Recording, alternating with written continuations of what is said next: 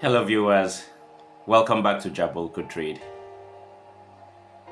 In today's video, it's a sad one though, and I'm going to share with you how this young lady by name Bianca got infected with HIV. It's a sad one, really a sad one, and this is a dreaded disease all over the world.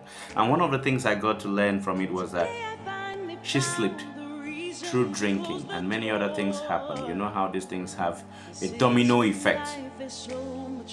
I see her as a Christian from the fact that she prayed, she talked about her love for God, but this unfortunate situation unfolded, and I want you to learn a thing or two because we learn from other people's stories and situations. Please, let's get right into it, right? You will learn one or two things from me. Let's go. So many people want to know how I actually got HIV, and I understand the curiosity. It's been about 24 hours since the woman that raised me, the girl that I've loved the most, my grandmother, passed away. My grandmother and the relationship that I personally had with my grandmother was strained by pain and her inability to talk about it. And it wasn't until yesterday that I realized that she just wasn't able to talk about it. So on this day, I want to honor the woman who raised me and the woman that I love. I want to honor my grandmother by sharing my story and not keeping silent like she felt she was forced to do. Let us pray. Heavenly Father, I come before you and I just ask that your will may be done over my life. I submit my will to your will. I ask that it is your words, Holy Spirit, leaving my lips. By your grace and for your glory. In Jesus' name, amen. So many people want to know how I actually got HIV, and I understand the curiosity. However, I wasn't ready to talk about it. I didn't know how to talk about it because I still had to process what actually happened to me. On the night of March 12th, let's actually back up a little bit. The day before I was supposed to go on a date, I wanted to get tested first. I don't know why. I just felt like I wanted to get tested first. That's what I wanted to do. So I went to the clinic. It took longer than expected. And so by the time that I was out of the clinic, my date was like that he couldn't do it because he wanted to have like an earlier dinner, an earlier night. So for us to just reschedule for the next day. And I said, okay. And I was also like an hour and a half late to dinner the next day. We rescheduled for Tuesday. And that's how I just knew it was fate, it was destiny, it was something that was meant to happen. It was God's will. Because had I gone out to dinner that night, I wouldn't have met him. But who knows what would have happened. We go to dinner. At this point, I'm really trying not to drink. I explained to him that I'm not drinking any hard liquor, but I'm down to have wine. I've never really had wine before. I only did like tequila and Hennessy. And so I didn't realize that wine could get you as messed up, if not more. He got me a bottle of the finest wine that they had at Nobu. A bottle. I didn't recognize the red flags, trust me, I didn't. I thought he was just being generous. I guess everything is going okay. At this point, I'm still pretty violent when I get drunk. I wasn't a happy drunk for a very long time, especially towards men. My anger was always geared towards men, for the most part. As we're leaving the restaurant, I'm already in and out of consciousness, so I'm not sure what's actually happening or how far I walk to get to the hotel. I do know that there's a bar downstairs and like in the lobby, and I get like a drink at the maybe 2. It's embarrassing. And I'm not even gonna get into it. It's in my other video, but I had started working out and I started taking pre-workout, and it was not sitting well. I'm like very lactose intolerant. If you know, you know. It just did not sit well. And he got mad. And so he kicks me out of the room. He's like, I can't deal with this. Like, this is not what I signed up for. He kicks me out of the hotel room and doesn't get me an Uber. I don't know if I even let him get me an Uber. Like, I really don't know. But it doesn't matter if I let him or not. He should have done it. Got me a cab, made sure that I got in it. I was very inebriated. I had no idea where I was. I began to walk, I guess, and I'm not sure how far I walk. I don't know what happens, but I do know that I'm being followed. Like I said, I am very violent when it comes to men, especially when I'm drunk. Apparently I was being recorded. And I say apparently because, like, I remember a little bit of that, but not the whole thing. This guy crosses the street and he has like a phone in my face, and I guess he's trying to like really catch me like out here, like slipping. I push his phone off, like he's holding it like this, and I like push it down and it falls. So he curses me out a little bit, and then he gets back up and he puts it in my face, and then I spit on him. And then when I spit on him, he punched me in the face. So at that point, I'm on the floor, knocked out. Like, he knocked me out cold. The next thing I know, or the next thing I can remember, someone is picking me up. And at this point, there's a group of people. But someone is picking me up. And he's like, yo, are you okay? Are you good? I just remember his voice. I don't remember much of anything else, but it was Angel. That's not really his name, but that's what he introduced himself as. He picks me up from the ground, and he's like, I'm like stumbling on my steps. He hands me my purse, I guess. I don't know. I really don't remember that part of it. Like I said, he's with his friends. I later find out that these are not his friends. For the most part, these are just people that he does or he used to do a podcast with. And by the way, the reason that I know that I was being filmed is because the guy who filmed me, once Kennedy's passed away, and I started sharing my story on Instagram, he DM'd me and threatened to share this video if I didn't do an interview with him. It's crazy. At this point, they're like, how do we get this girl home? The best thing would have been to call me an Uber or a Lyft, but I don't know if they wanted to spend money on me or if they were broke. I'm not sure. If they didn't feel like I was worth spending $1 on or $50 on an Uber or Lyft. So they decided that they were gonna be the ones to take me home, or he decided that he was gonna be the one to take me home. And I see that he was the one that decided to take me home because while we were on our way home, like, his friends were like suggesting to leave me on the side of the road. And King Phase was like, nah. Every single time he would ask me for my address, I would be like, suck my. I remember that. I laugh about it now because, yo, like, what was wrong with me? Like, what the heck? What was wrong with me? I guess he drops off everyone that he needs to drop off. And then I'm in the car with him. I don't know what happened in the car,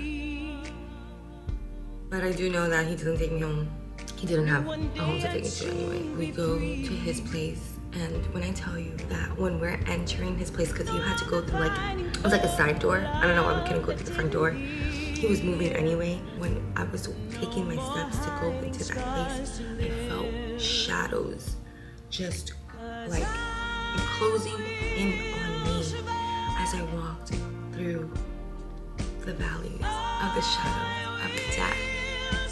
Everything got pitch black, and I don't mean in a way of like blacking out. Maybe I was backing out of consciousness, but I'm telling you, it felt like death itself was like had consumed me. I thought I was going to die, and I couldn't stop it.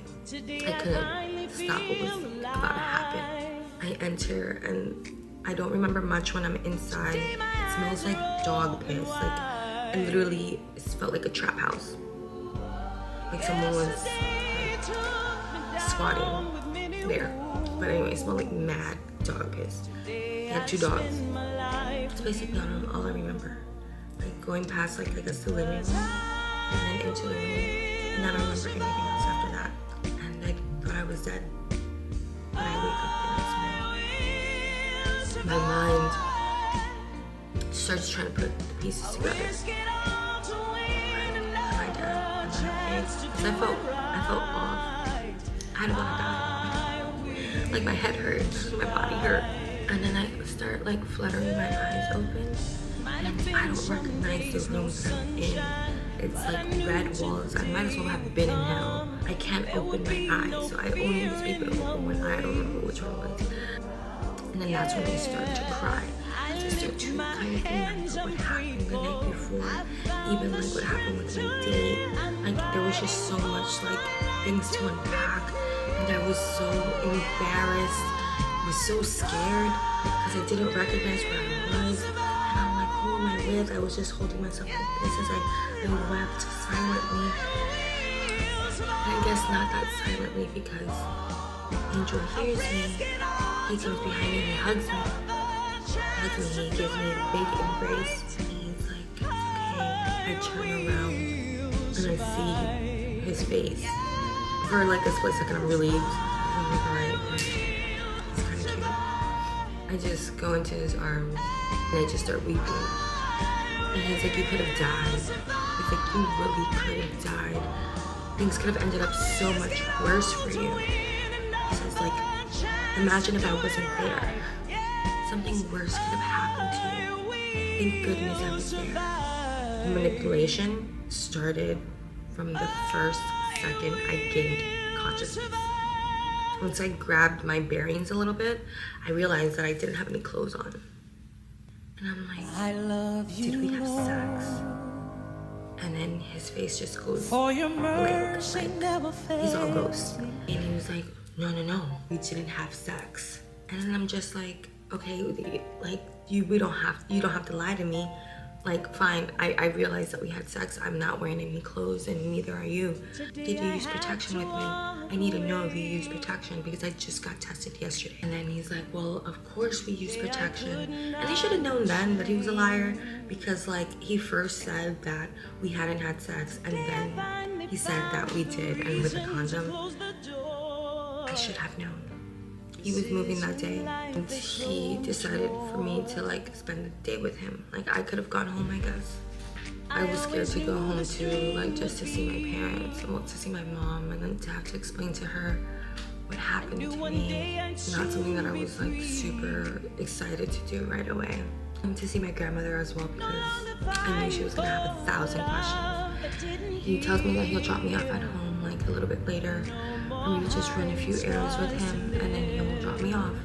The few errands was literally the entire day. I spent the entire day with him. It was really weird because he goes inside the store and he grabs an ice cup and he's like, can we cut my face? Like it looks really, really bad. Then he picks up his best friend. He talks to Flip and he's like, yo, you're so shorty, like that's crazy. Last night was crazy. I just like start crying like here and there, like just like thinking about my face, how I'm not gonna be able to go to work for like at the very least a week. I was annoyed and I was in pain. It hurt so bad. My head was pounding. As we would drive, he would grab my hand and just hold my hand. If you had never been around this person, just by like his videos, like if you see his videos, he has like a pretty strong personality. And that was something that I noticed right away, that he was not soft. Like, I felt like my will was bending towards, like that I had to submit towards. That's actually something that we talked about because I know a lot of you people on here feel like, oh yeah, that I probably just slept with him because I knew who he was. I didn't know who he was. I was dancing in the club. I didn't care about no politics, let alone a black Republican. And in fact, he told me there was a lot of people that hated him. And for very good reason. Now that I know what I know. He thought that I was a setup. Bro, I don't even know you. Like, I don't even know who you are. I'm King Bates. And I'm like, ugh. I don't know that man. Another thing that I want to be very, very clear about that I wasn't in this whole storytelling is that I did not consent to sex.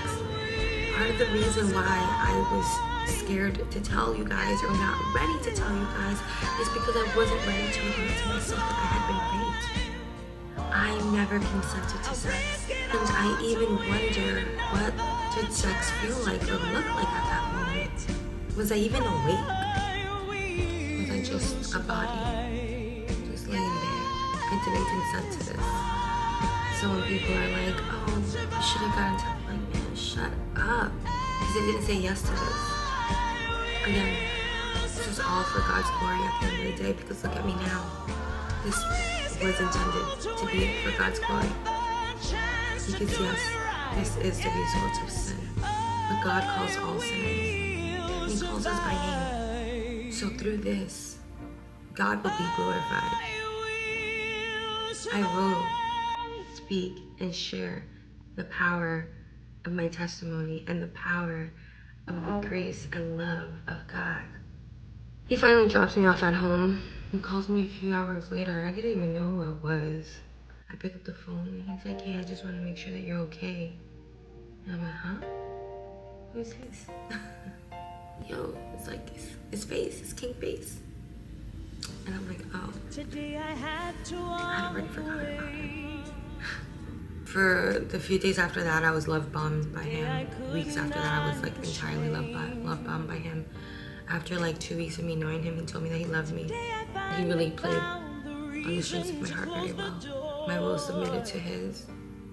I guess a part of me fell in love with him. But really I don't know what it was. I was under a spell, I felt like. Because I needed to leave him and I couldn't. I literally couldn't. That was the events of the night that I met the person that infected me with HIV. Did I get HIV that night? I'm not sure. I started getting symptoms about 3.5 weeks later. Like, actually it's March, dude. Oh my gosh. I meet him 6 days from today, 5 years ago. I started getting sick March 29th. I spent many nights with him after that. And the months that followed, subsequently, I felt responsible for him. I felt like maybe I could change him. Maybe I could open him up to like getting on medication, to getting help. But no, his mind was made up. And I was just another pawn to him. It's still hard to really grasp that he never really cared about me, because he played the part so good, so well. But the truth is that he never cared. He never cared. He just cared about himself, feeling like a hero and a villain at the same time. I thought that I would feel like anger. I feel disgust mainly. There is nothing to forgive. It's not mine. Vengeance is not mine. It's of the Lord's. There is much peace in my heart right now. I hope I honor my calendar today. The truth will be told at some point. And even if it's not, God will always remember. Also to the people in the comments that helped me get to this place, is that the first time I spoke about my HIV story, I had not yet processed that I was raped. I had not yet processed that I had sex with someone unwillingly and consented the night that I met the person that infected me with HIV. Yes, it was the result of sin, but I took on the full blame because it was something that I could control. It was a narrative that I could control much better than the narrative of sin. I had no control. And I was a victim to this person. And that was something that my brain was not ready to accept. I keep on thinking of, blessed are those who mourn, for they will be comforted. I'm finally here at this place where I'm not afraid to say that King Face raped me and that I did not consent to sexual relations. I went into our relationship feeling like I owed him my life. I was very complex herself. He knew exactly. I wasn't the first person he done this to. I'm not saying about lack of consent or what I am. Well, What I am saying is that I'm not the first person that he's manipulated. I'm not the first person that he has deceived. And I wasn't the last, unfortunately. But alas, he won't be doing that anymore. I hope you guys can hear me in this video. Can't really speak. Just been a lot of crying. I thank you for your support. I love you guys. Today I had to walk away. Love you, Grandma. Yeah, wait. You've heard her story. I couldn't hide the shame. She was used to drinking Hennessy and I think spirits, but on this particular day she had to take wine. It reminds me of a song during my childhood days that used to say, "Don't go chasing waterfalls, but stick to the rivers and the lakes that you used to." I don't know if it was TLC Babes that used to sing it back then. I can't really remember, but that song has a purpose, a message in it. If you should go to other lakes and rivers that you're not used to, you need to first put one leg in and check how deep it is. Or go with someone who would be there like a chaperone to watch over you. Imagine going to a club. Of course, she said she wasn't thinking about any politics, so she didn't know King Faye. Let alone be a setup. Go with someone that will watch over you, and you don't need to drive, so that person will be the person driving. This is if you must go this far. Our story is quite catching. It makes me feel weak, but at the same time, there is some strength in me. These days, I seem to find a lot of content online that has to talk about how to cure HIV with retrovirus. It's a plant. It's very much online, and many other drinks that have come out for such purposes of stemming the tide of HIV. Anyway, but that's by the side. I feel very much for her, and I believe you've learned a thing or two. Kindly share this video. Share it to your loved ones, share it to your friends to know that there's a downside to certain things, and moderation is the key in whatever you do, so that you do not fall victim. Jabolko Trade, always sharing life issues. Till I come your way some other time. Stay cherished. Bye.